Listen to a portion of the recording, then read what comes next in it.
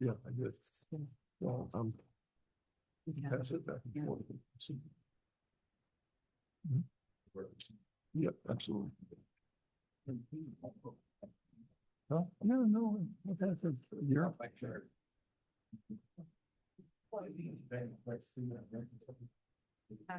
think this is. Yes? No? Why not? Go ahead. Take her, you. We can't. My brain is not big enough to keep it all right there. Yeah, that's one. Sorry.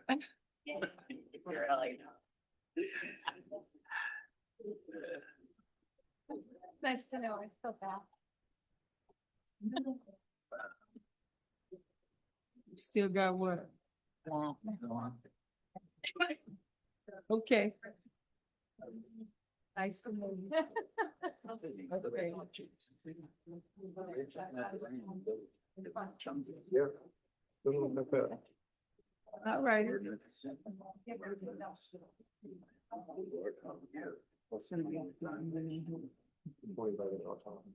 Start over again. Yeah, it's changed. Duke, Revolution, local mitigation, sad. It's something that the county does every year. It's there's a board that needs a local mitigation strategy for the whole county. For like a PLC type.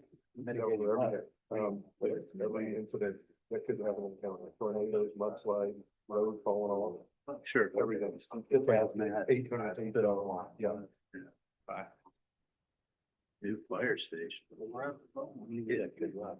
Yeah, I know, maybe, but this will work better.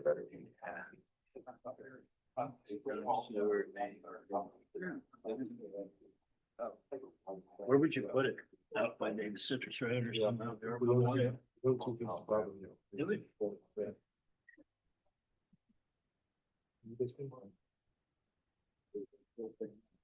I can't eat it.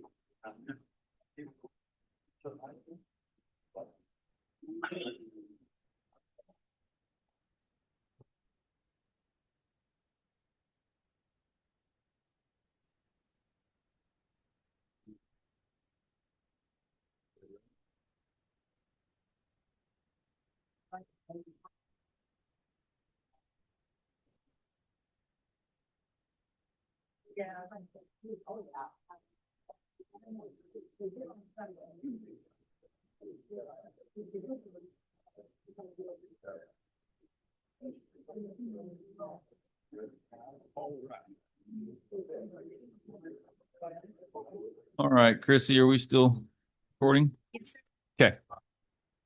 All right, we will now call the city council regular meeting to order for August 11th, 6 p.m. Please rise to the invocation and pledge of allegiance. The invocation was given by Minister Dwayne Council.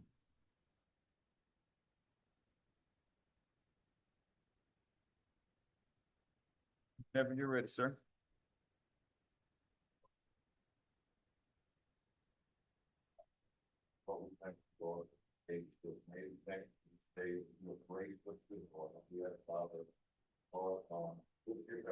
All my heart, Lord, one call. Doing love, thank you, thank you for the forward 50, Lord, for this meeting together, we're praying. You stand we pray. Amen. Amen. I pledge allegiance to the flag of the United States of America and to the republic for which it stands, one nation, under God, indivisible, with liberty and justice for all. May be seated. Thank you again, Pastor. All right. Madam Clerk, if you'll please call the roll. Yes, sir. Councilmember McGuire. Here. Councilmember Mercure. Here. Councilmember Taylor. Here. Deputy Mayor Bernard. Here. Mayor Anderson. Here. We have a quorum. Thank you. We have the consent agenda. This will be for items 5 through 11. Does there anyone wish to remove any of these items? I do. Go ahead. C5. Okay, you just have a change on it? Or? Yeah, well, that's the one I need to talk about in Okay. C10. Oh, that's not on there. Just Yeah. number 5? C10's on them. Yeah, C10 and 11. 10 and 11 or 5 and 10. 5, 10, and 11. Okay. All right. Anyone want to remove 6, 7, 8, or 9? No, sir. Okay, so do we have a motion to approve the consent agenda items 6, 7, 8, and 9? So move. We have a motion. Do we have a second? Second. We have a second. Any questions? Seeing none, please call the roll. Councilmember McGuire? Yes. Councilmember Mercure? Yes. Councilmember Taylor? Yes. Deputy Mayor Bernard? Yes. Mayor Anderson? Yes. Motion passes. Item number 5, this will be the minutes from July 28th, 2025. So I noticed on there, and I don't have my minutes pulled up because I was slacking, but I noticed that the second pages were missing out of that whole packet. That has been corrected. It was corrected this morning. Okay, but I didn't get a copy of it, so I don't want to. Have you refreshed your attachment? Because it's a digital link that I provide. So anytime I update it, it automatically updates it on that end. Yeah, so they're in. I didn't refresh mine either. I didn't refresh mine either. I also updated it on the website. Okay. Okay, so But do we approve it tonight if we haven't seen any of the even page numbers, or can we postpone it? It's up to you, and you could approve it at the next meeting if you wish. let's do, I'm going to make a motion then that we just approve that one at a later date. We have a motion to postpone till the next meeting. Do we have a second? I second it. We have a motion and a second. Any questions? No. Seeing none, please call the roll. Councilmember McGuire? Yes. Councilmember Mercure? Yes. Councilmember Taylor? Yes. Deputy Mayor Bernard? Yes. Mayor Anderson? Yes. Motion passes. All right, item number 10. So my question about this one was, actually, I want a little bit of clarification on this one. We had the hailstorm, right? That came through and damaged that one real bad. And then the insurance company fixed it, but that's the one that took 3 years for us to file the claim, and then they finally paid it. Right? Denise, I think, or whoever. Okay. So then Hurricane Milton came through and messed it up. So now this amount that we're going out to bid for, is that to cover the repairs, or is that we pay it and then the FEMA or the insurance company reimburses us? Is that how that works? So as far as the insurance for the city, for Hurricane Milton, they've already given us the check for anything that we submitted. Anything different from that would come from FEMA. And once we go out to bid. Okay, so then once we bid, then. Okay, so we got the amounts in. So then we get it fixed and FEMA will reimburse us that cost, or are they going to reimburse us for a proportion of it? A proportion, and we're in the process of working through that right now. So Okay. Hurricane Milton's still open with FEMA. Do you know, just from experience, typically what the proportion is? I mean, is it a percentage? Is it a set amount? Of course, I'm sure it's a percentage, but. It's so normally anything structural like that, they will cover anything that the insurance does not cover. But with this case, they had reimbursed for something else, so they're kind of working through that. So it is going to be proportionate, but I don't know the proportion number. Okay. So did we receive additional insurance money when it got ripped off the second time? Only if it exceeded the deductible amount. So they gave us a check for, I think it was 21,000, 10,000 was for one property, 10 for another. I just don't have that off the top of my head. But there were like 8 or 9 buildings that got damaged from Milton. And that's all the insurance would cover based on their assessment. They came out and assessed everything. Wow. And this time around, we're bringing it up to code, and FEMA will pay a portion of that, bringing it back up to code for mitigation. Okay. Okay, well, in that case, then I'll go ahead and make the motion to approve JCR Construction Services for $89,692. Do we have a second? Second. We have a motion and a second. Any questions? Seeing none, please call the roll. Councilmember McGuire? Yes. Councilmember Mercure? Yes. Councilmember Taylor? Yes. Deputy Mayor Bernard? Yes. Mayor Anderson? Yes. Motion passes. Item number 11. Okay, so for item number 11, I'd like to know how the utility angel fund is going. Have the donations that have come in from that offset the cost of it per month? I'm sorry, it hasn't been started yet. Okay. Do you have an estimated start date as to when we could expect that?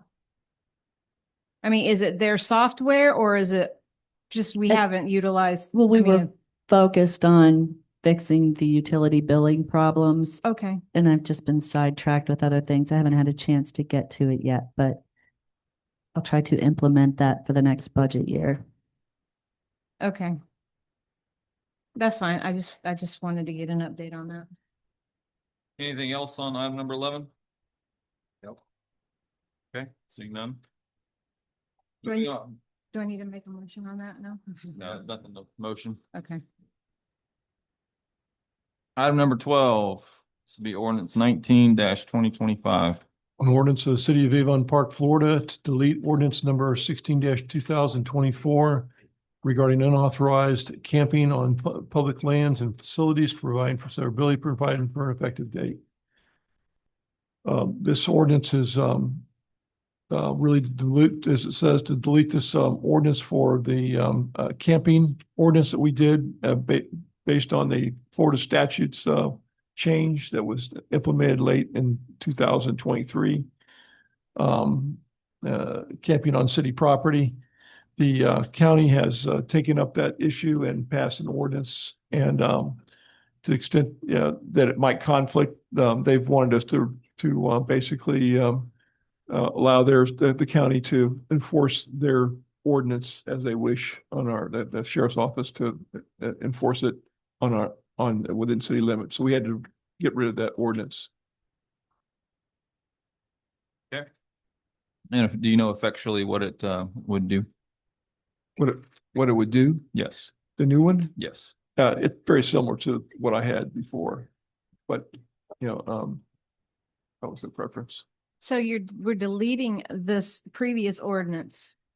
It's a city ordinance that we did in favor of county ordinances operate within cities unless we have an ordinance which is conflicting with that. Okay. And that's why they want us to remove it, to make sure that if there's any conflict that would be removed, so they can use the one that they're comfortable with in the rest of the county. Go ahead and use and enforcing that within the cities. So pretty much, Mr. Jerry, you're saying you want us to delete the city ordinance and pick up the county? Is that? Well, the county ordinance will be effective with, no matter what we do, once we remove ours. So today we're gonna be discussing on whether we're gonna remove our, Yes, we're removing ours. okay. So here's my question, Mr. Jerry, maybe you can help me out to the council. This is a question to the council. If we're not gonna do any camping on city property, and I think we're talking, when we talking camping, what are we talking about? Somebody sleeping? Or somebody just staying in a spot too long? Somebody got all of their property with them and they just camping out on city property? Is that what we're talking about? No, it's not temporary. It's somebody basically, doing the things that you said, but on a more in a more formal manner. Right. They've got camping stuff, and they've got bedding, they've got things like that they're utilizing, as opposed to somebody just fell asleep on a park bench. Temporarily fell asleep on a park bench waiting for somebody. So let me make sure I understand this now. If somebody gonna camp, just sleep on a park bench for 2 days, 3 days, they are okay. But if you happen to bring all of your property and your mattress and all of that, then that's what we're saying no to? No, We're that's not. saying no to both of them. That's not what I said. I said they just basically were waiting for somebody and they fell asleep on a park bench. That's not what they're looking for. This is people that have basically set up to sleep on city property or public property in general. These are tent cities that the homeless create on city property, right? That would include those, yeah. Right. Right. Okay, I guess what I'm trying to ask the question, Mr. Jerry, because I got to vote on this, so I need to make sure I got a clear understanding here. You were not talking about just camping, are we? Are we talking about the homeless sleeping on public property? Well, it could include the homeless. Okay. Yeah. So, Mr. Jerry, that's what I wanted you to say, because I thought that was something you didn't want to say. So we have discussed this before. This council have discussed a great length of, our homeless. Matter of fact, I think I clocked you guys sometime last year, 2 hours and 45 minutes. After the meeting was over, nothing was done. I think all the churches that was here, they was looking for the city to stand up and take a stance of what we're going to do about the homeless. Now we're talking about the camping. If they can't lay on public property, public city property, or any public property, then where are they going to lay? On the residential, in a private yard? I want it to be known here today that I don't condone it. I don't condone any of it. You don't That they're sleeping on city property, private property, or any property. But if we vote here tonight that they can't do it, then where are they going to go? We're going to move them to the private property? Let them sleep in people's yards? I think that's why it's very important for us to maybe, or the county to create some kind of a homeless shelter.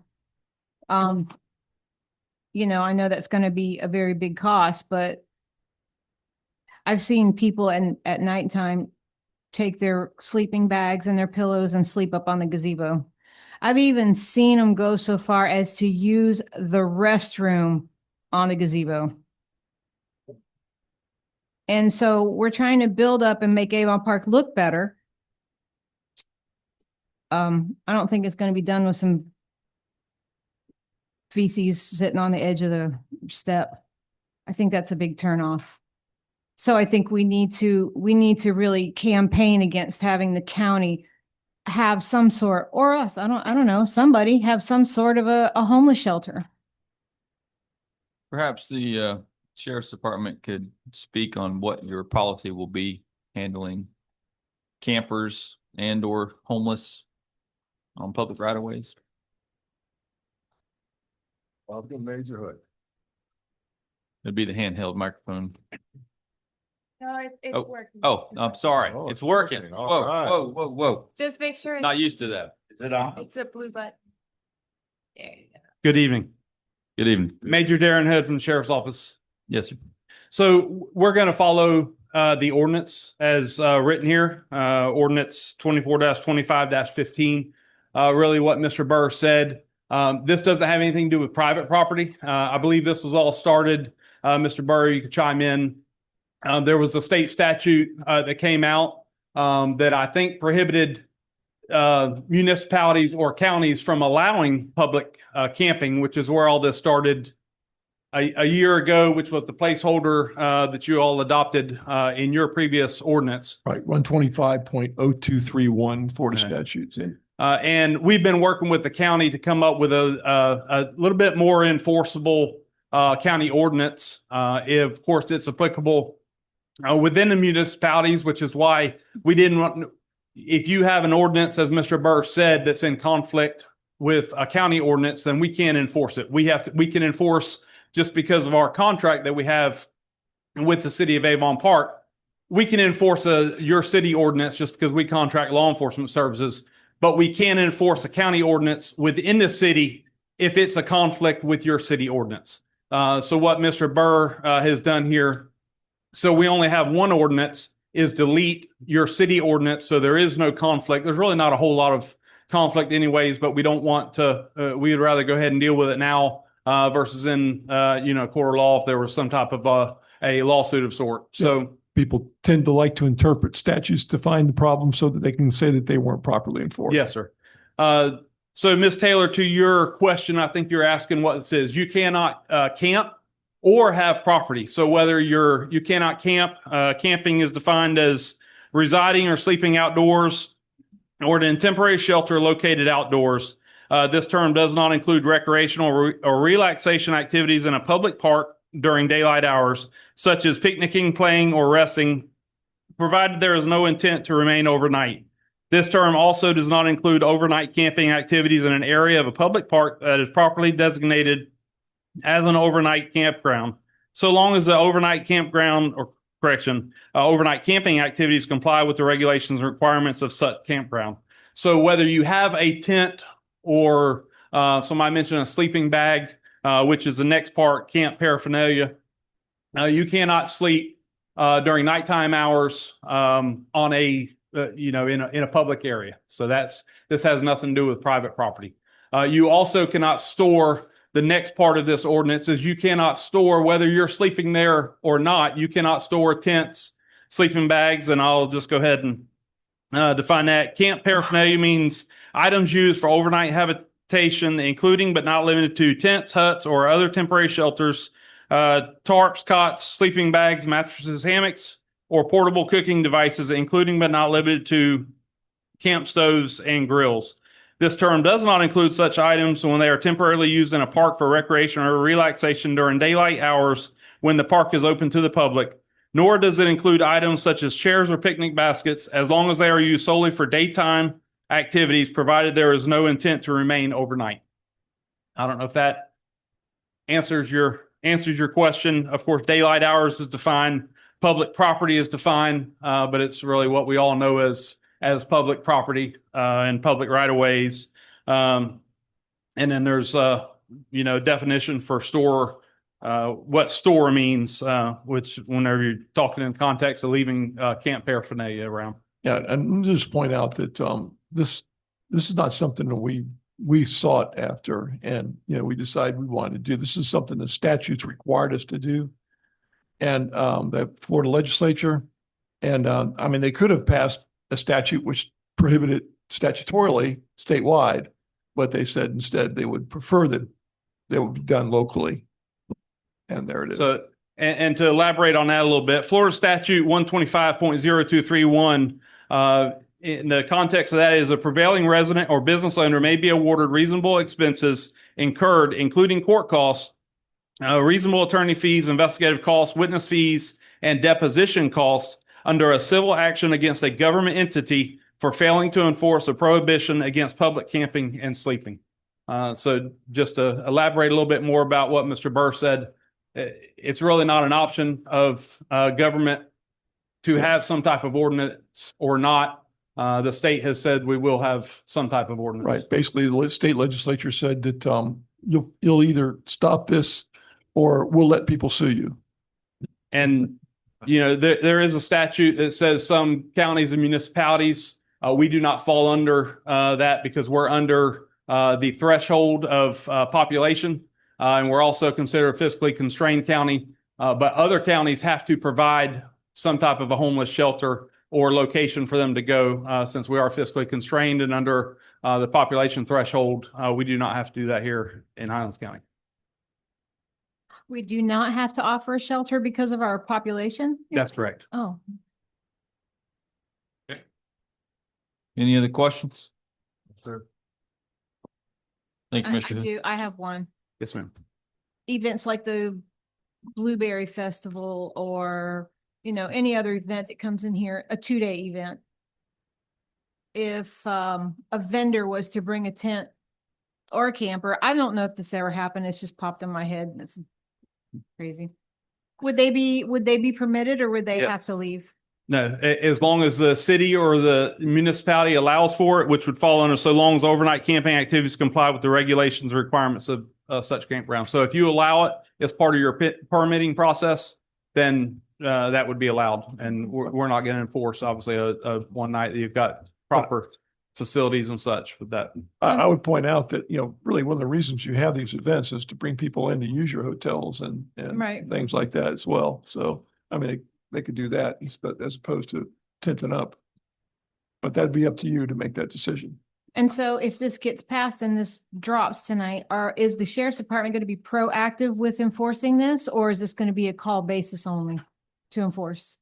We will proactively, but it'll also be, Call-based. complaint driven as well. And so. As you can imagine, we have a lot of other stuff. We're not, hopefully our deputies are not driving around just looking specifically for folks that are camping. But if we get complaints, we will definitely be acting on it. And the officers have discretion to say, or not as far as arrest, to say, move along, and then they give ample opportunity for that. In the ordinance, the first violation is a warning.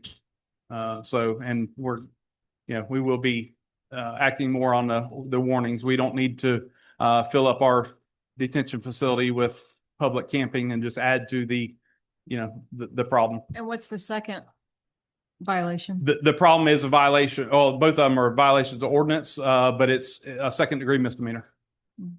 So we could, at that point, we could either file an affidavit with the state attorney's office, and a summons would be issued, or worst case scenario, we could arrest and take to jail for repeated violations.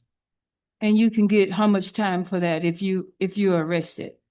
Second, third offense, whatever. How much time can you get for that? It'd be 60 days, but somebody would not ordinarily get 60 days, but that's what a second. Up to 60 days because of the misdemeanor status, and be up to the judge.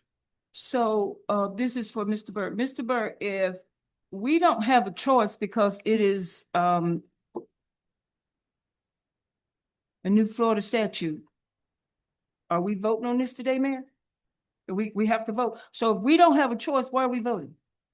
Because you can't pass an ordinance without voting. I'm sorry? Because you can't pass an ordinance without voting. No, help me understand it, Mr. Burr. Maybe I'm losing it here somewhere. As I was talking to Major Hood, he was trying to make me understand that this is something that is being passed by the governor, right? No, it's been passed. No, it didn't pass? Oh, yeah, it was passed. It's been passed. Yeah. And so it is in effect, right? Yeah. So the ordinance was passed by the Board of County Commissioners. Okay. Currently, you have a city ordinance, which is similar to this already. You have already passed. There's not a whole lot of conflicts in it, but we would feel better if we have one ordinance that we're going by and not depending on whether we're in the city of Avon Park or the county ordinance. And we cannot enforce an ordinance. We would have to enforce the city ordinance. And since Not the the county and not the county, and we would feel more comfortable having one county ordinance since they really read about the same anyway. Just to give you a timeline, it was passed in March 20th of 2020, or governor signed it in March 20th, 2024. It was House Bill 1365. And then we passed our ordinance in November 18th, 2024.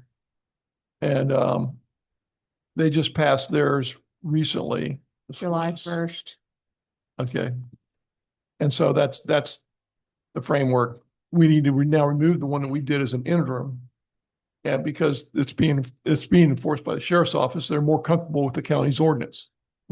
So you're voting to delete your current ordinance. You're not voting for an ordinance at this time. Right. But it is an ordinance to remove an ordinance. Mhm. Mhm. Any other questions? No. Thank you, Mr. Major. Thank you. I do have a Thank you for question, your but help. it's not about this. It's about panhandling. So we'll vote on this first and then I can ask them? Or would Are you rather asking ask- him? Yes. Well, since he's here, you might as well. Okay. Do Yes, you ma'am. have an ordinance in Sebring for in the county for panhandling? Not specific for panhandling. Panhandling be a First Amendment issue. We do have an ordinance we passed for vulnerable road users. We don't regulate what you do on public property, what type of signs you hold up or anything of that nature. We are concerned with safety in roadways. So we have passed an ordinance effective July 15th of 2025. And it basically you cannot be in the roadway between curb to curb. You can be on sidewalks, you can be in the right of way outside of the road, but you cannot be in the median or in the roadway. And that's considered, if you are in that area, you're considered a vulnerable road user. But we don't regulate what you do in the roadway or outside the roadway. You just can't be there because it creates a safety hazard. So do we have an ordinance in Avon Park that prohibits panhandling?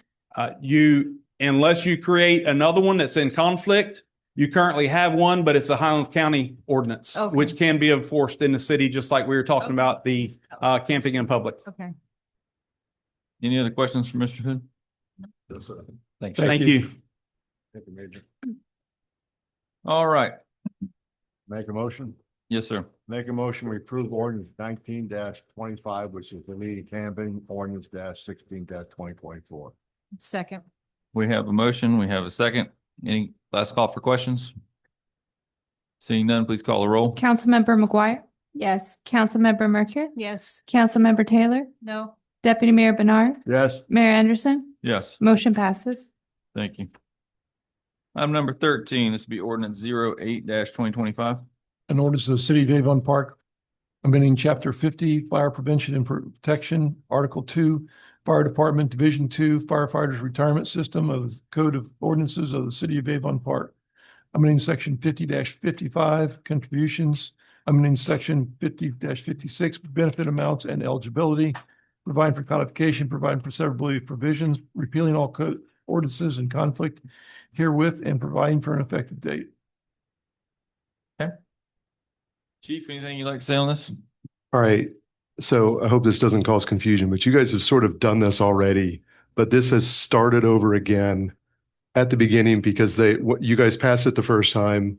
Once the union read it over again to come back for the second time, they wanted some clarification. So the original ordinance was sort of gray area, as in everybody was going to pay for it, whether they started when they were 30 or 18. So after they did some more calculating and thinking this through, they decided they didn't like that idea. So this new version has sort of a chart, still gets them to that same point of removing the age, but you are allowed to pick whether you want to go on what is being considered the current plan or this new remove the age. So if they started at 30, it wouldn't make sense for them to pay an additional amount because remember, they're supposed to be paying for this. So it wouldn't make sense for them to pay for that additional amount since they don't reach that age before they hit the 25 years anyway. So it's the same ending. It just gives them an option. Makes sense. Okay, any questions? Yes, sir. So it's still 25 and out, regardless of what age they start at, is what you're saying. Correct, but it That's gives the original. right. That was the original one, but the original one, like I said, it basically gives them an option because if they start at 18, it's a benefit. You know, they'll say, yeah, 20, I'm going to have to work here 40 years before I reach age 52. But if they start at age 40, you know, it's not going to be a benefit for them to have any age 25 because they will hit 52 before they have 25 years. So it just gives them an option to say, yeah, I want to opt in and pay, or no, I want to stay with the old plan. Will this have any financial impact of the city's contributions?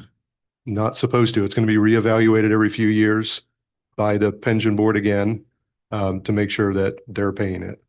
Okay. Any other questions? Nope, I'm good with it. Seeing none, is there a motion? I make a motion to approve ordinance 08-2025, please. I second it. We have a motion and a second. Last call for questions. Seeing none, please call the roll. Councilmember McGuire, Yes. Councilmember Mercury, Yes. Councilmember Taylor, Yes. Deputy Mayor Bernard, Yes. Mayor Anderson, Yes, motion passes. thank you. Item number 14, we have ordinance 18-2025, granting Duke Energy a franchise agreement. Miss Kelly, do you want to preface on this? Trying to get to it. There we go. An ordinance granting to Duke Energy Florida LLC doing business at Duke Energy and electric utility rights of way utilization franchise prescribing the terms and conditions relating to the occupancy of municipal streets and rights of way in the city of Avon Park, Florida, for the purpose of providing electrical service, providing for severability of provisions, governing law and revenue, merger notices, non-waiver, repealer and superseding provision, dispute resolution, mutual draftsmanship, scrivener's error, sovereign immunity, authority to sign, interpretation, and provide an effective date. Thank you. We have a current franchise agreement with Duke Energy that's set to expire in the next 12 months. They approached us about renewing their franchise. The term would be for 10 years. It gives them an automatic renewal of 2 successive 5-year periods, unless we terminate with a 6-month notice. The franchise fee would remain the same at 6% of what they bill in the city. They would have the non-exclusive use of rights of way. And then at the end of the term, we could either renegotiate or renew it. And I Yeah. will say they wanted a much longer period, but Jerry beat them back and kept them at 10 years. Okay. Yeah, there's a lot better provisions in this one than there were in the last, so. Any questions? I believe we do have a Duke Energy representative here. If anybody has any questions for them. I do have a question. I got a letter, excuse me, earlier this year that stated that we were changing our residential, I guess, rate situation from residential 1 to residential 2. That was supposed to not increase our bill. Could you please go explain more about that? If you could, for the record, just give your name and your company there. Okay, would you like me to say that again louder? Kim Graves, Duke Energy. Okay. I got a letter earlier this year, maybe 4 or 5 months ago, from Duke Energy stating that they were changing the residential code rate for Avon Park to something like from residential 1 to residential 2 that would not increase my rate. You know anything about that? That's probably like customer base, but if you email me or get with Dr. Kelly, I can definitely figure out what that is for you. Okay. Well, while you're up there, Danielle, did we resolve the issue about the nuisance vegetation at some of their sites? Yes. Okay, thank you. And to add to that, working with Dr. Kelly, we do have our ops director, Bruce Hardy here. He's over Lake Wales and Highlands, so he will be kind of the head on the horse for the maintenance of the Avon Park substation. Working, like I said, we got the call from Dr. Kelly and we kind of acted fast on that just to make sure, hey, we're good partners. We've got people who live and work here in Avon Park as well. So we want to make sure we keep that good relationship. So if in the future, I know Miss Nancy Dodd's not here, she's out, but if you guys need anything, she's your go-to contact for that. Thank you. Excellent. Anything else you'd like to add before we make a motion on this? Nope. This agreement? Nope, just Okay. looking forward to continue our partnership with you guys. I got a question, Mayor, for, Mr. Burr. Mr. Burr, how many years they wanted for the contract? I think it was 30. It used to be the standard was 30. And then it was rolled back to 20 about 10 years ago. And then in the last 7 or 8 years, it's gone to 20. In the last 8 or so years, it's gone back to 10. So that's what we were insistent on. And I found a number, 15 cities that they'd already entered into agreements with that were 10 years and similar provision. And the provision basically calls for if you give notice, for the 5 and anyone that doesn't do away with the contract, that just simply and says we're not going to negotiate. It just simply says we go through the process we always go through after and instead of being automatically renewing for 5 years. But if everything goes well, we just 5 years will roll right in at two 5-year provisions. I have a question too. Go ahead. So it says on here that Duke Energy will remit a franchise fee to the city equal to 6% of gross electric revenues. How long has that been 6%? I would say, well, for Avon Park, years. 6% is the cap across the state of Florida. Oh, it's a cap? Yeah, we don't do anything higher. We do have some lower, but that's at that city's discretion, but 6% is the cap. Okay. Right. And that's another thing that was lower. It was 5% about 20 years ago when we were doing these. I was not here then, so thank you for that. Unfortunately, I was. Unfortunately. Not here, but Mhm. unfortunately, I've been around Oh, for okay. for 33 years. Trying to say he's old, people. Yes, I'm sorry. I was being I got self-effacing. I Okay. mean, sorry. if you don't mind me asking, what exactly is your position with Duke Energy? Government accumulations, with the concentration of franchise, governance section. So Nancy Dodd is more of the head on the horse with her area, being this area. I just help her negotiate with the franchise. Okay. Very good. Now, I had asked a question earlier during our budget meeting.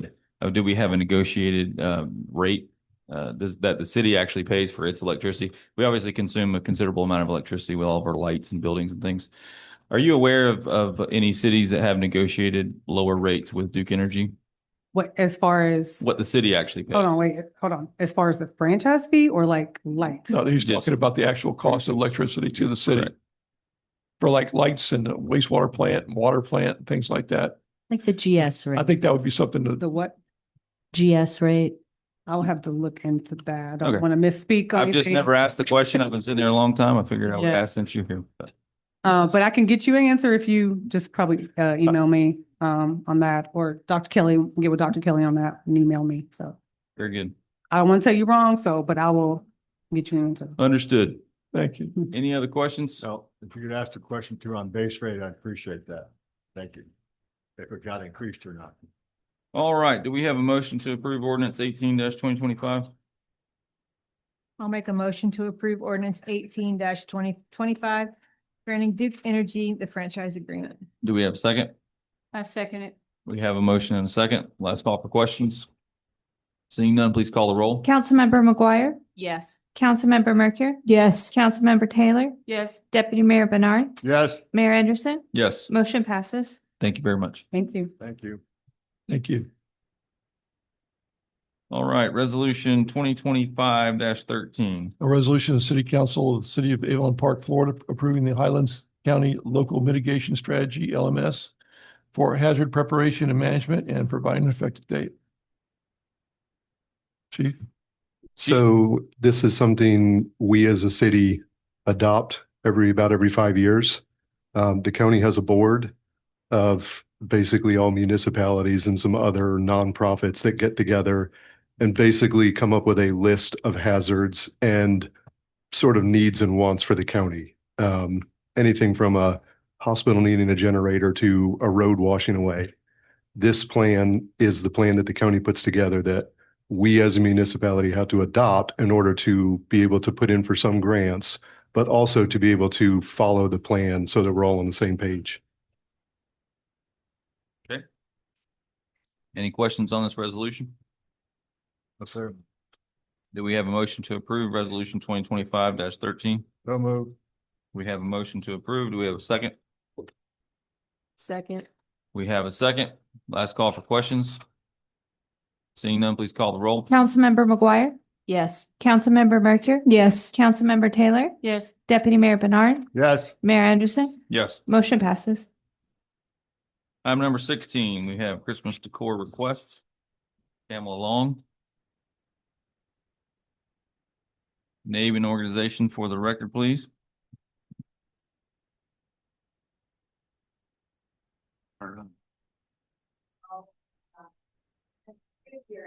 Yeah, is that blue light on there? No. Oh, there we go. Sorry. Oh, right. I said I'm supposedly the mental break after all that stuff you guys have gone through, right? Very good. So Christmas decor. So last year we had a proposal before you that was approved for $4,000 for banners. And this year we'd like to come before you to ask for some lights. So the Christmas parade is December 1st and it's traditionally along Main Street, of course, and the mall, a lot of areas in the mall, it's kind of dark. And so what we are proposing is a holiday light tunnel, which I believe you all got a copy of, right, Dr. Kelly? They all got a copy of that in the agenda? Okay. And so the holiday light tunnel has been investigated, researched, proposed by Rosie Longlecker of the Garden Club. So we kind of worked on it together. And the proposed amount that we would like to seek from the council is $4,075.95. And that will provide all of the materials to create the lit archway along 5 sections of the mall. Okay, along 5 sections. I believe that there are 5 areas within the mall that actually have walkways and sidewalks. So we're Okay. proposing to do these lit archways over those sidewalk areas. Very good. I have All a- right, questions? Yeah, I have a question. Ms. Kamala, Yes. when you went to do your prices on the rebar, I noticed that you only did,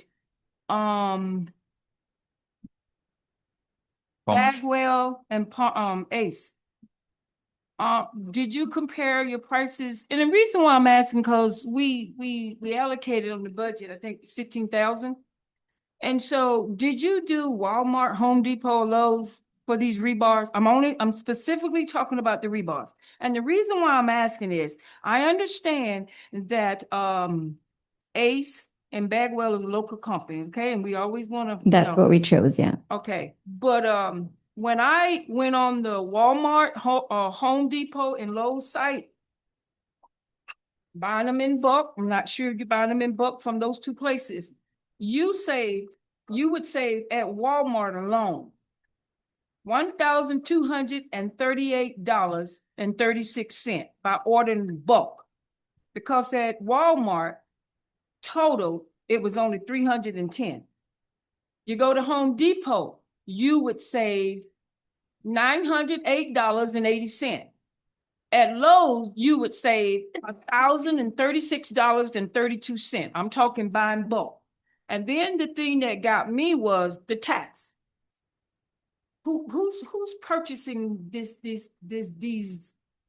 decorations?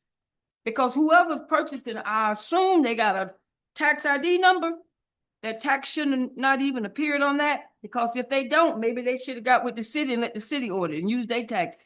So typically the city does order the materials. That's what happened last year with the banners. So we worked with Dr. Kelly and we had the banners ordered, and then we worked with the city to get them put up as well.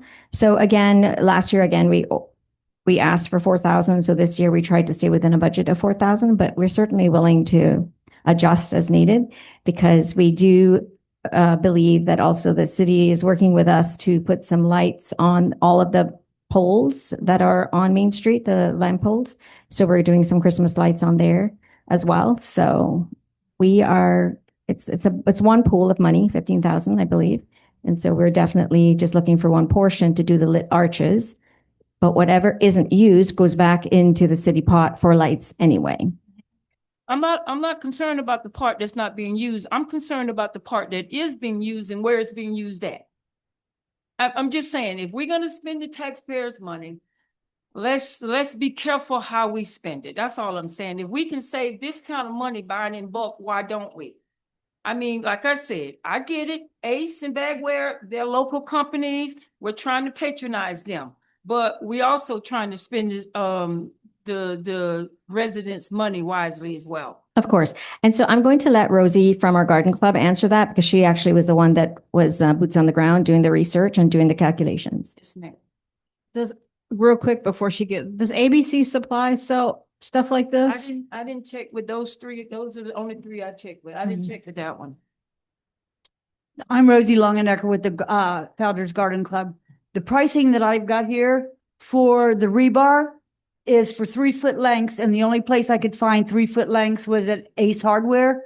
At Bagwell Lumber, they're 20-foot lengths or longer. I don't have a saw. We don't have a way to cut that rebar. So I was pricing on the rebar on 3-foot lengths, which is the lengths that we'll need in order to support those arches. Okay. And I didn't realize that the city didn't pay tax, so that's why there's tax on there. I just did it as I would if I was pricing something for myself. Okay. Yeah, I would encourage you to look at Yana Concrete as well. Yana Concrete doesn't have, everybody has the long lengths, and it has to be cut down. They will cut them. Bagwell told me that Yana was a possibility that they would cut it, but I didn't ask Yana. Sure. I just went to see where I could get what I needed for a price. What diameter were you looking for? It has to go inside a 1/2 inch Schedule 40 PVC pipe. Okay. But do you know what you were quoting? Was it 3/8? Was it quarter? They have them right at Ace Hardware already cut. Okay. And they're $7 a piece. Okay. Well, I'll give For you that, for that size, I actually took a piece of PVC, put it over the Sure. top of it to make sure that it worked. I'll be happy to call Yana and just see if it's cheaper there. Sure. Just so you know. Yeah. Okay. Any other questions? I do have a question. So didn't we already have this anyway down where they had Candy Cane Lane where all the teachers wasn't there arches there? No? Not across the sidewalk. Yeah. If you could come up to the microphone and say that way it's recorded. They just have, when they had Candy Cane Lane, it was called that because they had lights on the ground that are candy canes on both sides of the sidewalk.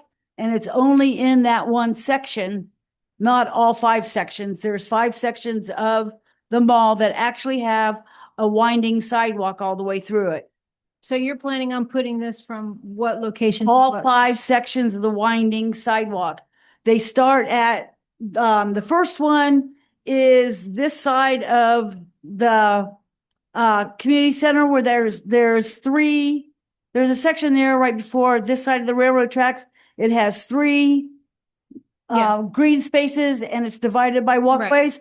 That's not included. It's just the ones that weave down through. Okay. Like that goes through where the Veterans Memorial are in front of the Jacaranda and down past. It stops at Verona. Okay. It runs between the railroad tracks and Verona, those 5 sections. Okay. So then are you guys expecting the city to store these decorations? I dropped my pen. I was hoping that they would. But I haven't asked them yet. Okay. And, Because I figured they could probably go where the garden club stores their decorations. The city stores, we store as the garden clubs, we store our decorations out off of Alamanda and where the old water tower was. okay. And so is it your intent to have city staff put the decorations up? If they'll do it, but I understand that the city is busy. I have helped the city as a private individual from the garden club. I hang the wreaths that are on the lampposts on the Right. mall every year. And it looks beautiful. Well, by I the way. mean, I do it because the city didn't have time to do it. So I don't, if I can work with the city and show them how to do it, we could probably do it real quickly together. Cause basically all it takes is driving the rebar into the ground. And I'm figuring 10-foot lengths and having the PVC pipe to be a 10-foot length. Okay, the archway is 2 pieces of 10 foot that go across, and there's a 4-way at the top because it has to be supported from the top with a piece of PVC that runs across the top Okay. to support it. Otherwise, they're not going to stand even with the rebar in the ground. And so then am I safe to assume they'll be breaking it down and taking it to storage? Oh, it has also? to be taken down and put, that's why I'm doing it. Right, but the city workers, will they be taking it down or will you be taking it down? Whoever's available to take it down. Basically, the guys usually take everything down very quickly. Okay. They even take the wreaths down. But that's why I price 10-foot lengths.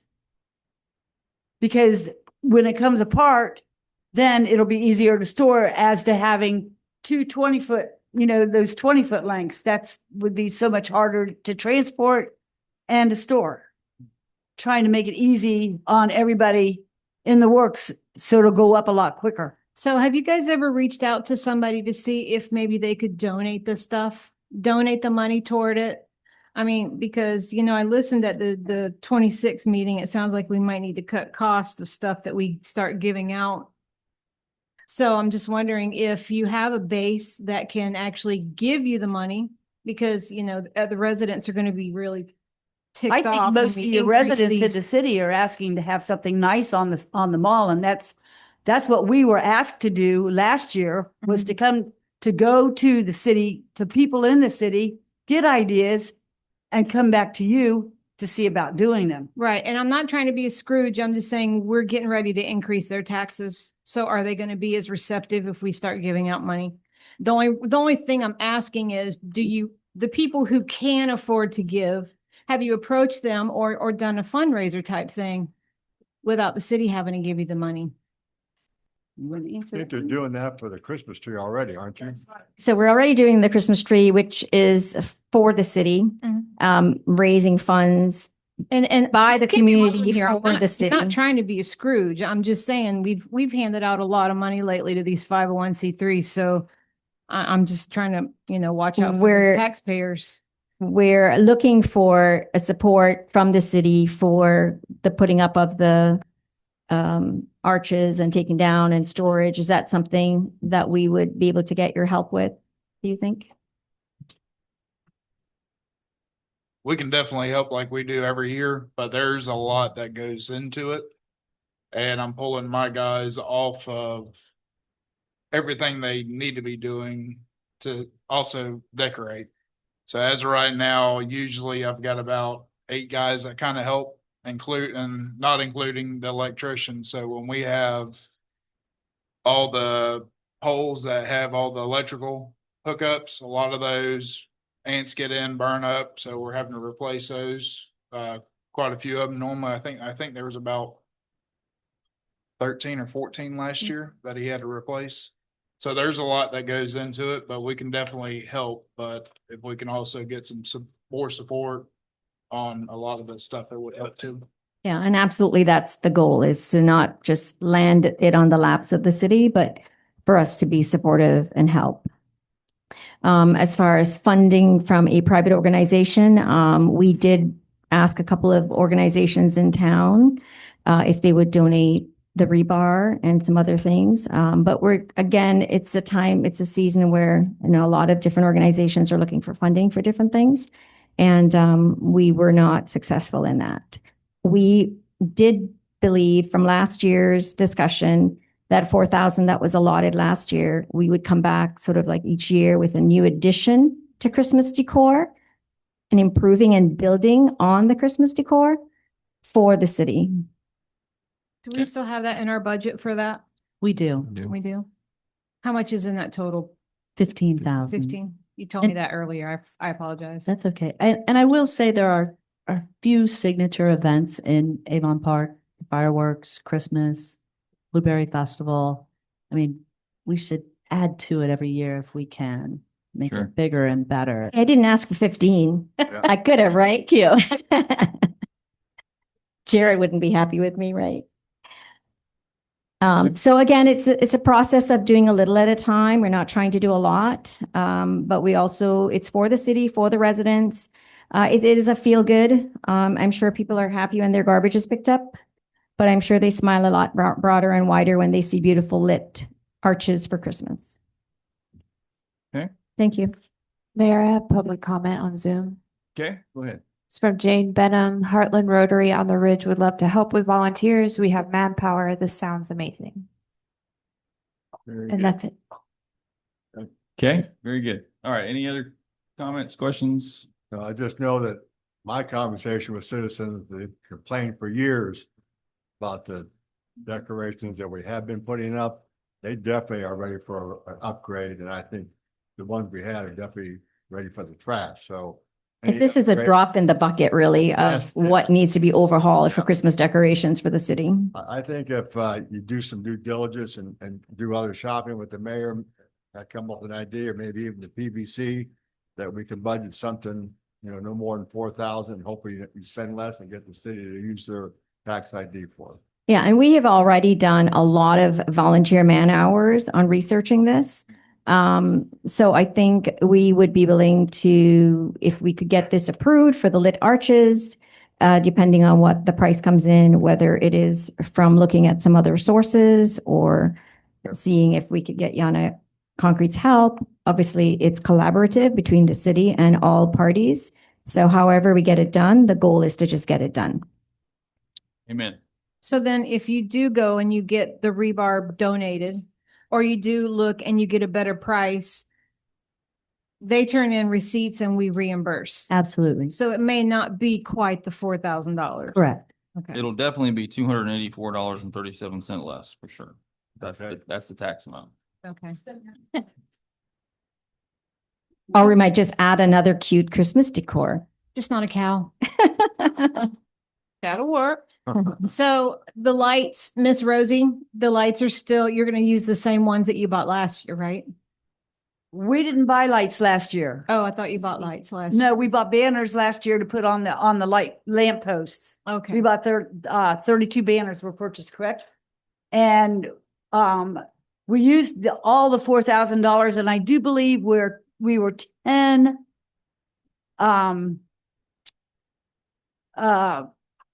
brackets short. I think it was either 8 or 10 brackets short. The city had brackets somewhere. Jason, do you know where those brackets are? Or Jared? Yeah, they're out there at the They're out old water plant at the Alamanda place. Yep. You found the ones that were, the older ones that were there? Cause I think that's what we intended to use. On the new, but we didn't put them, they didn't go up this year. Those couple of, banners didn't go up. Yep. You guys can get together afterwards. Be fine. Okay. But, yeah, well, we bought the banners. We just didn't have enough to buy all the brackets. Okay. All right. Anything else on this request? Do you know how much those 8 to 10 brackets are that you need that we already have the? Last year, they were $79 a piece.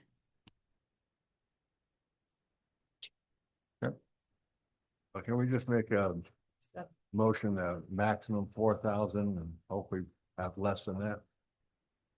Yeah, so as part of the motion, if they're wanting to buy brackets, if it does come under the $4,000, they could use the additional money for those brackets. Is that Okay. amenable? Yeah, hopefully we Sounds good get, to me. maybe say $500 in between too. So I make a motion and we approve a maximum $4,000 for this. Okay. With receipts and use the city's tax ID. Okay, we have a motion. Do we have a second? Second. We have a motion and a second. Last call for questions. Seeing none, please call the roll. Councilmember McGuire? Yes. Councilmember Mercure?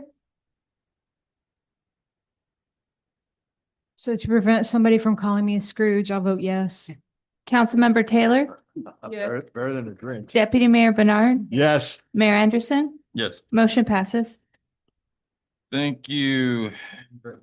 Speaking of spending a lot of money, Yeah, yeah. Chief. All right, I'll try to make this quick. Sorry for bringing it up on a budget night. Didn't know that was going to happen. So Thank you, guys. I'm not sure if they're going to put the presentation up on the computer or not. There we go. Okay.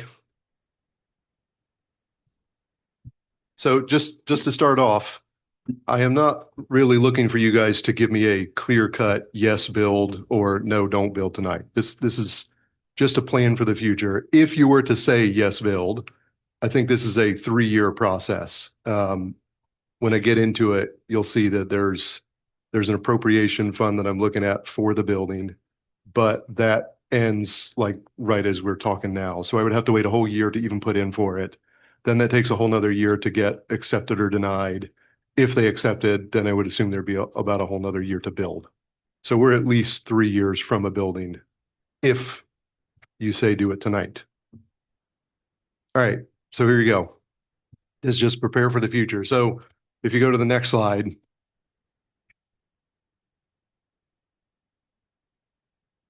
So these numbers are just to kind of give you an idea of we have a standard for arriving on scene in a certain amount of time. That last one just kind of, the first few just kind of give you times that we have to leave, times we have to travel, all that. But to sum up, this means 90% of the time, from the time a 911 calls to us arriving on scene, we have an objective of being there in 5 minutes and 20 seconds, 5 minutes for medical calls, because they give us a few extra seconds to get our bunker gear on. All right, so that's just to give you a guide of times. So the next slide just talks about the latest census that I found said we have roughly 4,100 homes. Okay, so that'll come up in a little bit here. So this next one talks about a few developments. You know about the Twin Lakes one, which is roughly 325 units. Then there was another one that you guys have seen a little about, that one on Davis Citrus Road, which is roughly 800 homes. And right next to that is a camper community right by that, what I call Camper Corral. I don't even know what it's called, South Trail or something now. But right behind that and around that is another community they're talking about with another 282 camper size units. Those three combined is roughly 1,400 more homes. That's about 35% increase in our homes. So then this big paragraph off to the right, I'm not going to read all that, but that basically says if you take those communities that we just talked about, add in Crystal Lake, which is a long drive for us, add in Lake Glenada, which is over there, that RV park, that equates to roughly 41% of our homes is about an 8-minute drive from our station, which is well above our standard of 5 minutes and 20 seconds.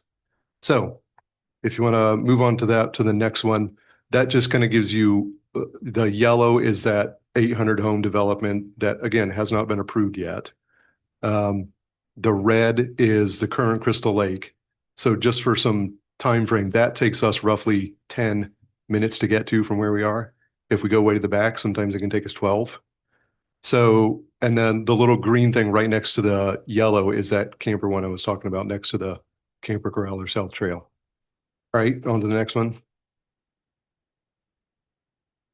So that's just kind of saying what I said already, that if we were to put another station down there, and we do own 2 pieces of property on Davis Citrus Road, just so you're aware if this comes back up. We'll get to those in a second when we see one of these other slides. We'll kind of get to that. But that last slide just basically said 41% of the homes will be in what I'm calling the South District. All right, so this slide breaks it down into 4 minutes, 6 minutes, and 8 minutes. So you can see well, that's a different slide than I have, but I think that's probably the same thing. But in the center, there's a 4 minute. The colors aren't showing up for some reason, but in the center, you have a 4 minute, which we can get to in those 4 minutes. The 6 minutes, if you can see, is all the green, which basically gets to College Drive and gets down to about that where those 800 homes are, Davis Citrus Road. We can get there in about 6. And then anything past that is 8 minutes or more. So that's what it's kind of showing you from our current station, that Lake Glenada, Crystal Lake, that new community, all those would be 8 minutes or more, which we've kind of gone over. All right, so the next slide gets a little more confusing, but you can see that the pink is a little more. And what we did there is plugged in a second station on Davis Citrus Road. So it shows you that that whole development, the Lake Glenada Park, College Drive, all that stuff is now within 4 or 6 minutes. So it definitely cuts down our time, which, as you're aware, time is one of the biggest things we need when we're going to somebody's emergency. All right, so the last slide just basically kind of talks about some of these things that I touched on already. Appropriation funds are available for a station. There are other grant options, but I think appropriations is the one I've been working on so far. There are grants specifically tailored to funding firefighters, which we would also need. The one that I'm looking at for that provides funding for 3 years. We, as a city, would be responsible for 25% for the first year, 25% for the second year, and 65% for the third year. And then year 4, we would be responsible for it all. And then continue to take steps to meet the standard. So just kind of going back to the fact that we need to prepare for the future and know this is coming. So to kind of sum up, if we take more people at our current station, that doesn't overcome the fact we're still driving 10, 12 minutes down the road. So the idea of more people at our current station, which is basically too small to add people to anyway, we consider it basically max out with people. There's no more room for other people. So that would be one option, is just to hire people and put them in at that current station. But like I said, that doesn't really overcome the time. So then to overcome that, we would build a second station and put people there. What questions you got? I'm sure there's a bunch. Now, like I said, this is just a look into the future. This isn't like I'm going out tomorrow to get plans, but this is to get everybody on the idea that this is coming. All right, I have a question then. Okay. First, do you receive mutual aid from anyone outside of Avon Park, such as the volunteers in Avon Park Lakes or West Sebring or Sun and Lake? Do you have to, I know you have to probably call them, but do you ever do that? Do we ever go to the county? No, do you ever request mutual aid from those ones that? Yes. Yeah, we do. So the county is overburdened right now. They have a couple people at Station 7, which would be our closest one. So if we call for mutual aid, we generally get about 3 people, which isn't a huge number of people to show up. And that's Station 7? Correct. And that's what Avon Park volunteers? Oh, Sun and Lake? we very rarely get volunteers to show up. So Station 7 is Sun and Lake? Correct. Okay. Yeah, and this is nothing against volunteers, but this is the reason the county has started a paid department. So it's hard for volunteers because they have to go through the same standards we do, not quite as long, but they have standards to keep up too. Money invested, time invested, all that. So the volunteer community is getting less and less. Because it's more beneficial for them to just be a firefighter than a volunteer? Is that what you Well, mean? it's just much harder for them to be a volunteer. It's The time constraints, yeah, it's just much harder for them to do. They have to go to so many trainings to keep up with everything. There's just less people wanting to do that. Chief, have you checked with Sebring's chief to see if they have any plans or putting another station out there that might be close, to where you're planning on putting your station? I have talked to him. They are talking about 17.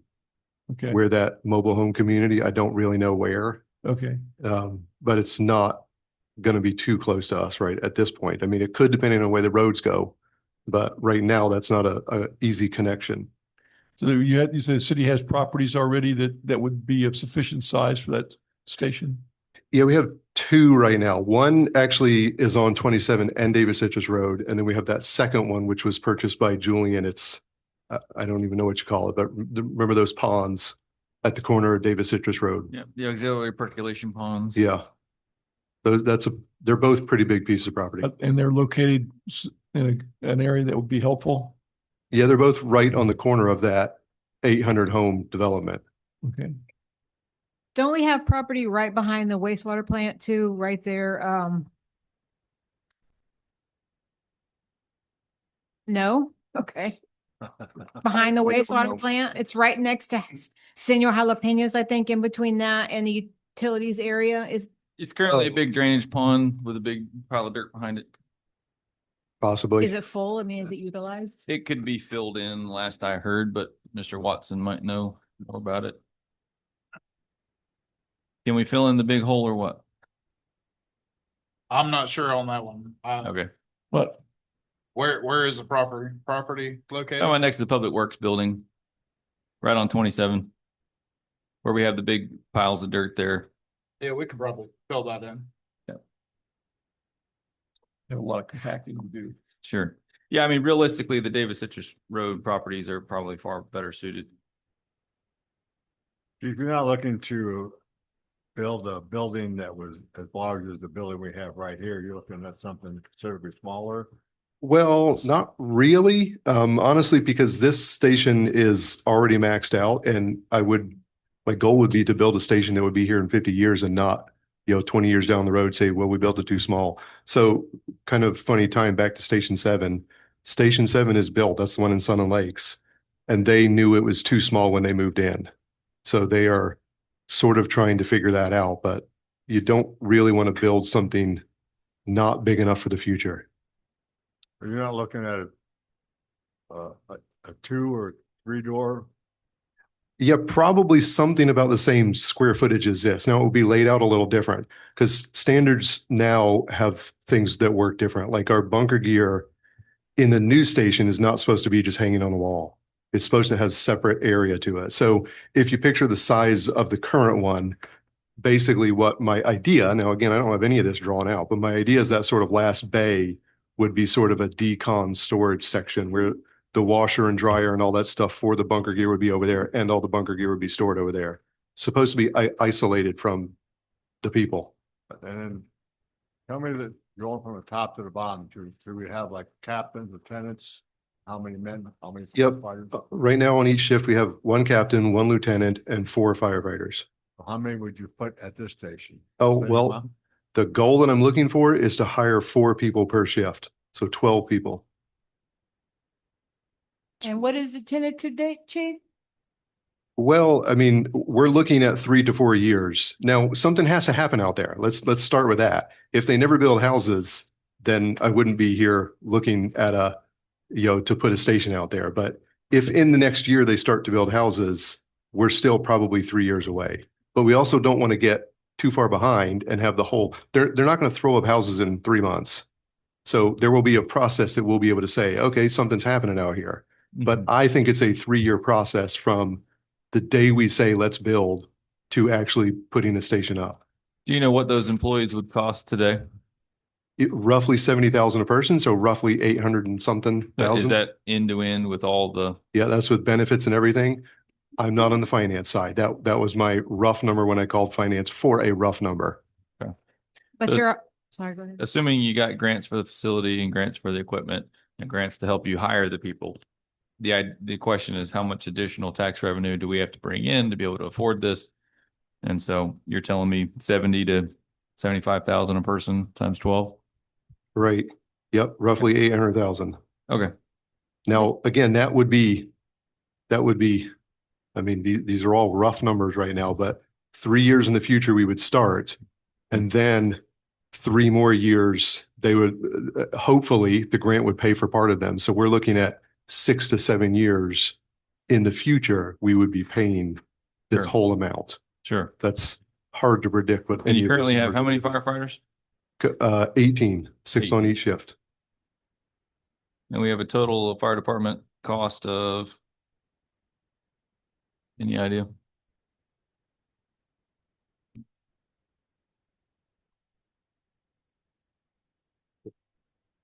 With, 3,000 more homes of the fire setting, right?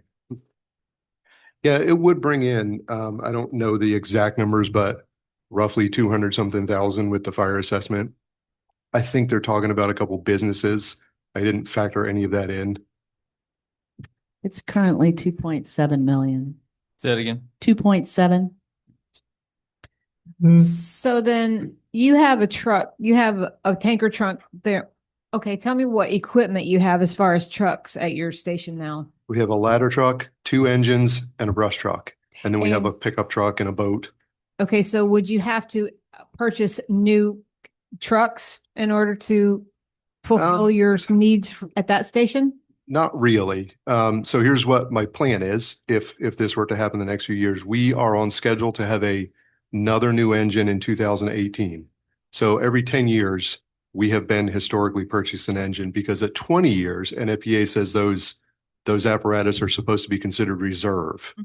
So if we bought another one in 2028, I think I said 18, but 2028, we would have a 2018 that would be roughly 10 years old. That could go to the second station. Then we would also have a 2008 that would be roughly 20 years old, and that could be our reserve. Those are the 2 engines that are over there right now.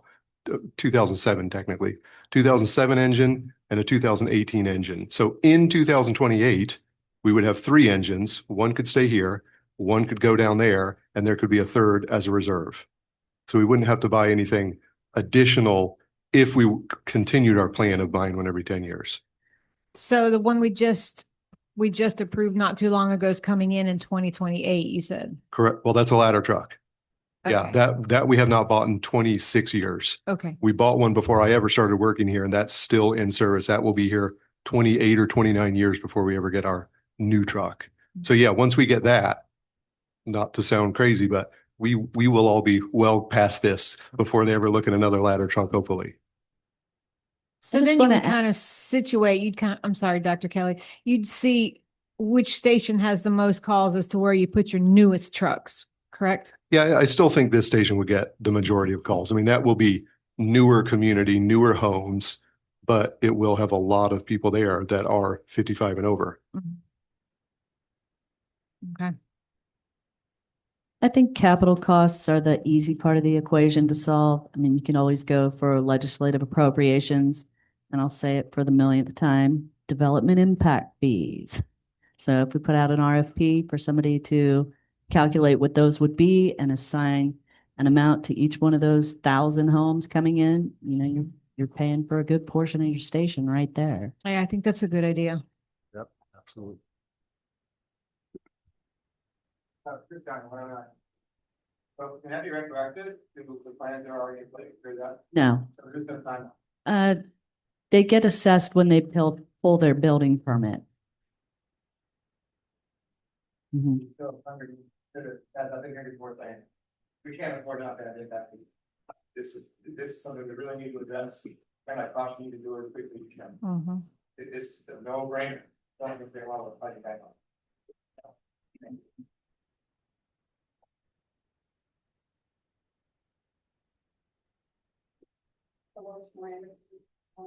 You have to press the button. Yes. There we go. Dolores Miranda, 4051 East Old Bowman Range Road. Mhm. I have a question for Chief Marcy. When are we due for our next ISO inspection? Next year, Okay, and right now we're a 3, correct? correct. So explain to us, what would our ISO rating be like today if we had all of these homes? The ones that you just spoke about? Well, we have a whole lot going on because my opinion is I think our ISO is going to go up simply because our water system has been bad and continues to be bad. That's the first part of this puzzle that I'm not saying nobody wants to deal with, but we have had water problems lately. Our fire flows are really low. All that is documented when we test them. When they come in, one of the components to an ISO rating is the water system, the fire department, the dispatch, all this stuff goes together. It rates us as a city, not just a fire department. So your question of what would happen with our ISO Right, I guess what I'm specifically asking, response times are going to stay up. If you don't get that second station, we're going to have a lot more calls that aren't going to be within your 90%. I think, what was it, 5 minutes and 20 seconds? Correct. Yeah. So Now, that's what I wanted you to talk about, is how that could adversely affect ISO. right. So Okay. all that stuff, the water and the response time. Now, it will take a while for the response times to show, if that makes sense. You know, where this development hasn't started yet. But I think what she's saying is if we continually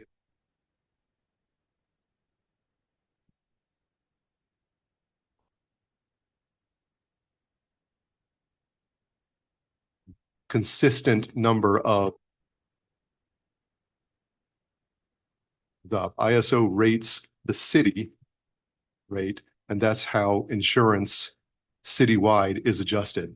So if we get a ISO rating of 6, I don't know anything about insurance and rates, so I can't tell you, but the logic is everybody's homeowner's insurance would go up. I had talked to the engineers previously when we had a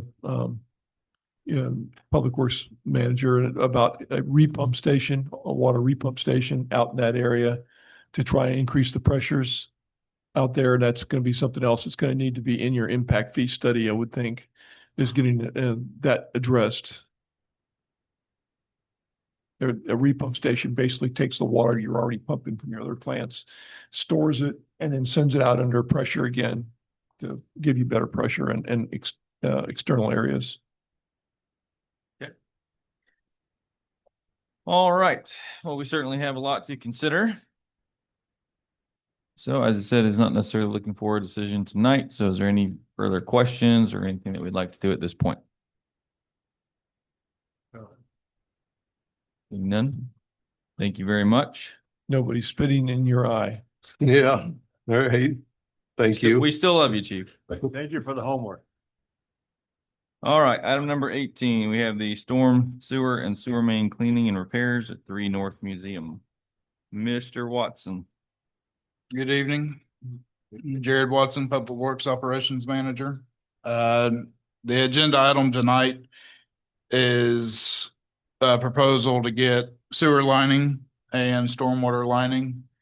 The pipes that we have there are old clay pipes. They're deteriorating. They've got a lot of roots that are impacting the pipe that are growing in. So we've accessed from 2 different manholes. I think one manhole, we got about 25 feet, I think it was. And we couldn't go any further because of the pipes being impacted by the roots.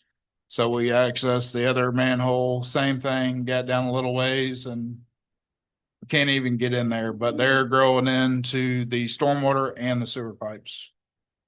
I think it'd cost a lot more to have them pulled out and replaced. And that would tear up a lot of the area around there. I think the cheaper route would, from Henderland Group would, for them to come in, cut everything out, all the root balls, jet everything, vacuum the lines, and then reseal it. So will that stop the roots from coming back again? It should. That's something we can look at. I would hate to rip up all the crepe myrtles that are growing right on the edge of the sidewalk, but that's the reasoning why we're having issues right now. What's the diameter of that pipe, do you know? I believe it was 16 inches. 16, got it. A big boy. Yeah. All right, any questions on this? So it's the roots that are penetrating the clay pipes. Yes, ma'am. So there's no way to easily go around and fix that without pulling the tree or destroying the tree.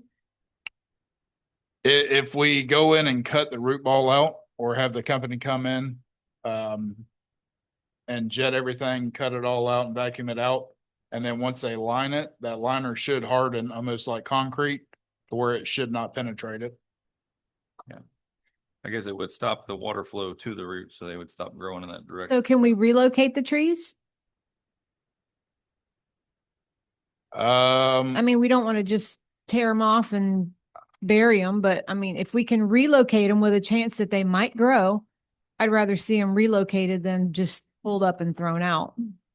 I mean, we can try it. I can't promise, especially some of the equipment that we have. The backhoe that we have, it's outdated. I mean, it doesn't have a whole lot of power. We might have to rent equipment and a loader to pull it out and possibly relocate it that way. It's really expensive. They have it's like a backhoe unit, but it goes down like this, picks it up. Right. And then. It's like a big scoop.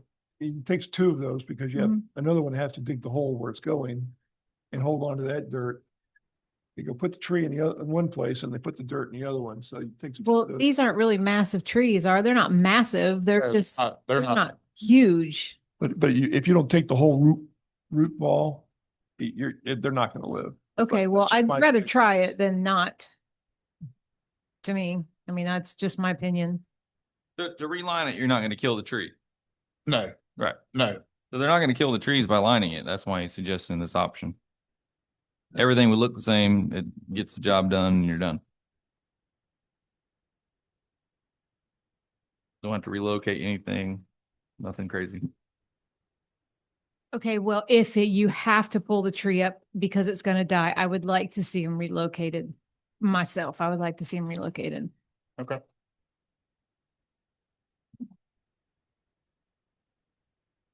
All right. Any other questions? Seeing none, do we have a motion to approve? I'll make a motion to approve number D18 for proposal 25-0222-01 from Hinderland Group for $50,010. Okay, we have a motion. Do we have a second? Second. We have a motion and a second. Bless Sure, you. did you have anything to add there? Okay. All right, any questions? Seeing none, please call the roll. Councilmember McGuire? Councilmember Mercure? Yes. Councilmember Taylor? Yes. Deputy Mayor Bernard? Yes. Mayor Anderson? Yes. Motion passes. City manager updates. Yes, I just want to remind everybody of the jet ski races this weekend and the accompanying block party at Lake Verona and Donaldson Park and right out here on Main Street. And I would like to let everybody know that we have a new utility manager that started today, Yay. Jackie Cannon. Yay. So he'll be meeting the Public Works crew tomorrow. Very good. It's Jackie Cannon? Yes, Okay. And where are they from? Fort Meade. Oh, Fort Meade. Okay. All right, is that all for the city manager report? Yes, sir. Okay, we do have two signups, so they still wish to speak. We've got Sierra Tomlin and Beverly Ruck. Yep.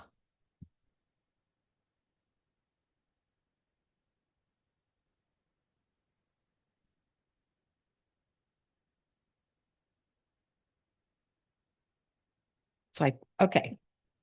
Beverly Ruck, 6300 East Arbuckle Road, Avon Park. Yes, ma'am. I noticed that last week that the Main Street America, they turned in their contract and it's not on the agenda today. So I'm assuming it's going to be on the next council meeting on the 25th. So I was wondering if you remember when the council wanted proof of supporters before canceling the Sunday alcohol ordinance, it would seem that you should have wanted to find out a little more support with this Main Street America program, if it would have support, before funding it. There seems to be a lack of consistency in making these decisions. Some citizens are concerned with the lightning fast approval you gave for this Main Street America program. So I have a few questions to ask the council. Did anyone on the council check with other organizations like the Chamber of Commerce or the CRA before you made the decision to give Benham the okay and $30,000 for the Main Street America program? I just wanted to point out that they're not required to answer your questions. That's okay. So it's okay to ask them, but I'll ask them all. And you know, they're simple questions. A lot of them are yes and no. So I guess there's nothing on that one. Okay. Benham's Main Street proposal was made one night and approved the same night. Did any council members have any time to check with Main Street business owners or property owners to see what kind of support the program would have before it was rushed through that night, not including any of her friends working for nonprofits on Main Street? No. Answer for me is no too. And my answer was pretty much no for the first question as well. Okay. The third question. Why wasn't there an open application or proposal process to others to express interest in starting a new community organization funded with tax dollars? That one I can't answer. Number 4, does the self-appointed Director Benham have an executive level experience in nonprofit budgeting, grant writing, compliance, or board management? With experience, what experience does she have managing nonprofit organizations or overseeing programs that involve public funding and government accountability? I know she said she had written one grant for Bartow. Does that make her experienced in grant writing? No. Okay. According to the budget workshop for 2025-26, it might have changed now because I heard y'all talking about the budget. In the general fund budget had a large deficit. You asked for cuts, but then you approved this request for $30,000 before the budget had even been approved.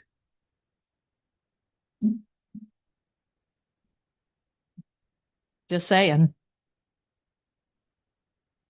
The city council is aware of the friction between some of Avon Park and Benham. And then there was this backdoor deal. What makes you think this is going to be advantageous to Avon Park?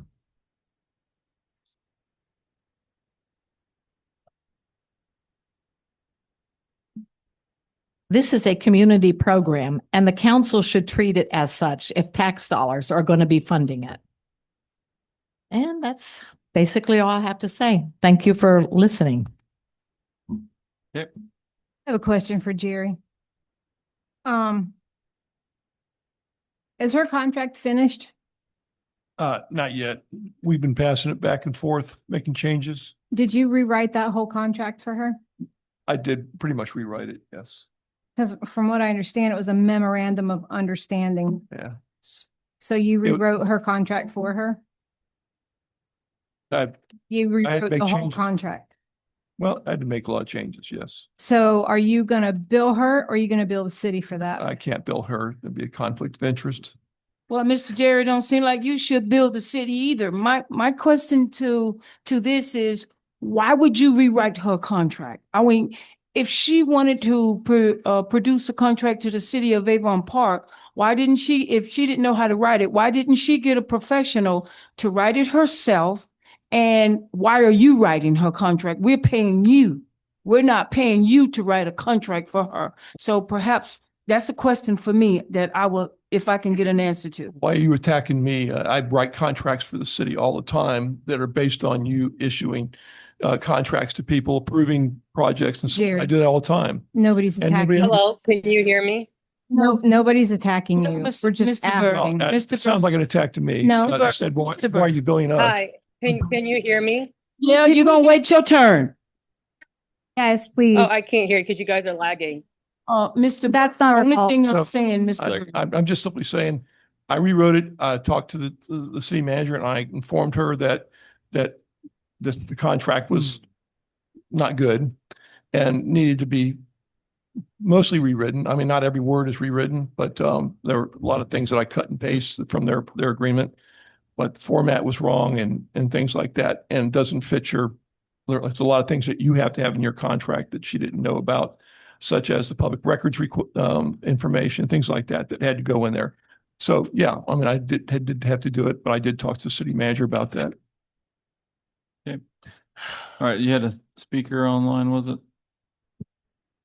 Yes, it was actually Jane. Hold on, I just muted her. But if you want to give me a second, I'll let her speak for herself.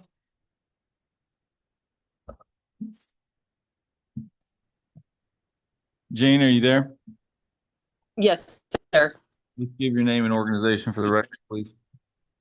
Jane Benham, 605 South Euclid Street, Sebring, Florida.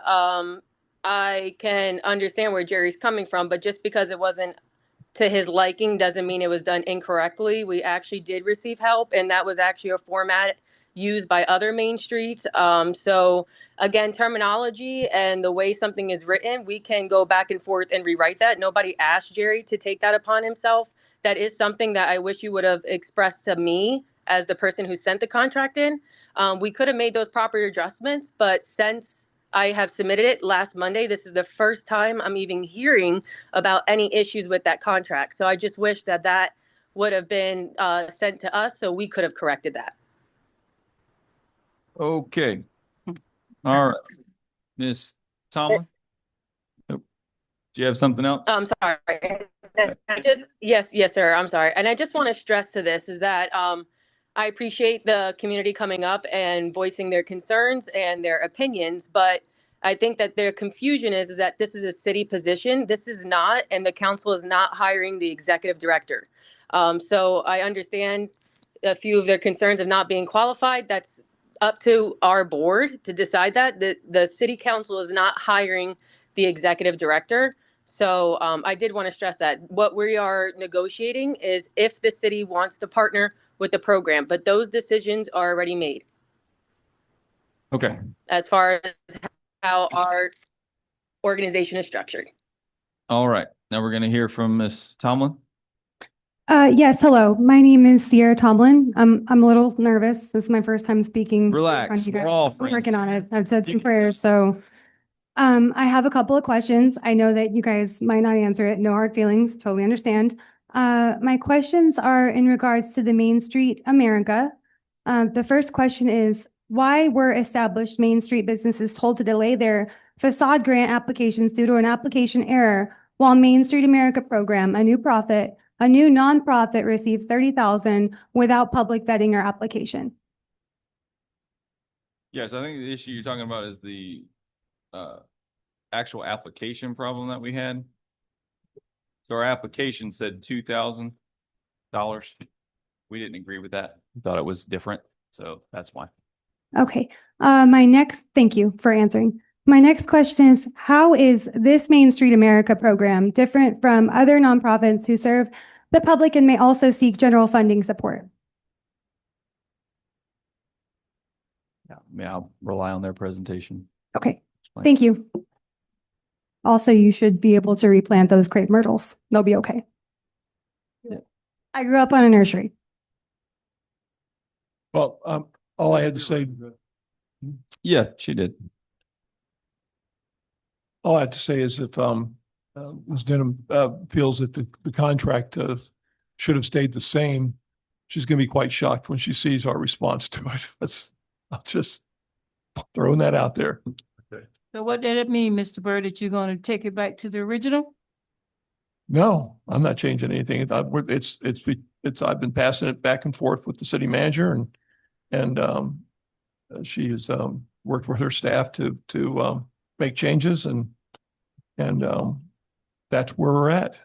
So Well, we're something- the ones that, as the city, we hired Mr. Buer to protect our interests. So when he's looking at a contract, he's doing it to protect all of us. So it's not, I mean, when we approved that thing, it was to negotiate a contract that was mutually agreeable between their organization and the city. So when someone gives him a contract, if he doesn't feel that it's going to benefit the city or protect the city or whatever, then that's where he comes in and actually does the rewriting and makes the suggestions and all that kind of stuff. She didn't hire him to write this contract. This is for our benefit. I just thought perhaps this council should have saw the original. And then Jerry went and did the corrections. If we had advised him to. Yeah, and the person who turned in the contract, probably should have been privy to the conversations before any of, because this is the first I'm hearing of any of this, so I'm not sure how you got information or Because different ones got she information. put it on her Facebook page that she had turned in her contract to the city manager and I requested it. And it was a memorandum of understanding. It wasn't even a contract. It was a memorandum of understanding, which Okay. is not worth the paper it's written on. Got it. Make a suggestion. You have to give your name and address, then yes, you can. Thank you. Sarah Pipel, 100 East Main Street, Avon Park. So I know everybody is, upset about the $30,000 that is being given out. So what I would do, and I do a lot of business with a lot more than $30,000. Right. If you want to hand over $30,000 to Main Street America, Avon Park, Main Street America, don't do it until after, because I believe the proposal was a third, and a third. Have her raise the $60,000. Once that she proves that she can raise the $60,000 and it will be a successful Main Street, then the city can give them the $30,000. So you're still giving it to her. You're just putting benchmarks in. We have a lot of benchmarks and I think it's more like a periodic, like monthly payment, it's each month based on, benchmarks. There would be some payments and so on. There's a lot to it. And as she points out, obviously, a memorandum of understanding is not a binding contract. No, it's And the so same we thing made as that- a letter of intent. Yeah, we made that change. Yeah. Okay. That was just a suggestion. Thank you. Is there any way that I could speak? Sure. Name and Thank you. address for the record. Jane Benham, 605 South Eagle Street. From my understanding, I just thought that we were in a drafting phase. I just feel like even if it was all that in a bag of chips, there was going to be some adjustments regardless on both sides of the parties. So from my understanding, it was never something that I just wanted to walk into as far as Avon Park Main Street and just say, hey, can you sign this? I want everyone to be able to voice their opinion and to be able to put information into that contract agreement. So it is something that works for everyone. So I do wish that we were allowed to be on these conversations. And I would appreciate if Jerry just wouldn't, basically say that we don't know what we're doing based off what we sent. I just thought we were coming up with a draft. And then once we came up with their draft, then we would come to an actual contract agreement. Now, it sounds like you're having negotiations and going back and forth with people, and we're not even in the conversation. I did think that the contract was going to be, the memorandum was going to be sent in and all of the council members were going to see it. I did not know that it was going to be discussed between the city manager and the city attorney. That's how all contracts are done in the city. I can't talk to individuals or board members until we have meetings. So I do that way. And whatever I put in there, obviously a contract takes two people to agree. If you don't agree, then you'll tell the city manager what you don't like and they can't live with. And if she agrees, then we change that. That's how these all work. There are some provisions that are not negotiable because they're required by law. I had to put those in there. I did not say that you did a lousy job. I simply said that it was not good, and it's a fact. I mean, there had it because the memorandum of intent is not a binding contract, and yet the terms were a binding contract. So we just made some changes. And there's a lot of things the city is going to want to have for its own protection with regard to its $30,000. Florida law requires that we put protections in there under the Florida Constitution and statutes. We're required to protect that money to make sure that the objectives that we consider to be public purposes, the reason for us giving you $30,000, are followed through with. And if we don't have those in there, then we're a violation of the law. So there's a lot to do there. And I do completely understand that, and I 100% agree. I just thought that it was pending a contract agreement, and I thought the contract agreement was something that we were going to work on together. And I'm happy that you made those adjustments, and it sounds like you put in a lot of legal terms, being that you are the lawyer. So I look forward to seeing those adjustments. yeah, it's a mock draft. And for a reason, it's a draft. And once it's a completed draft, then you can see it. I mean, it's a public record now. You can look at it now, but it's not. I just didn't know that. Yeah. Okay. Yeah. When were we going to be notified that that was a public record?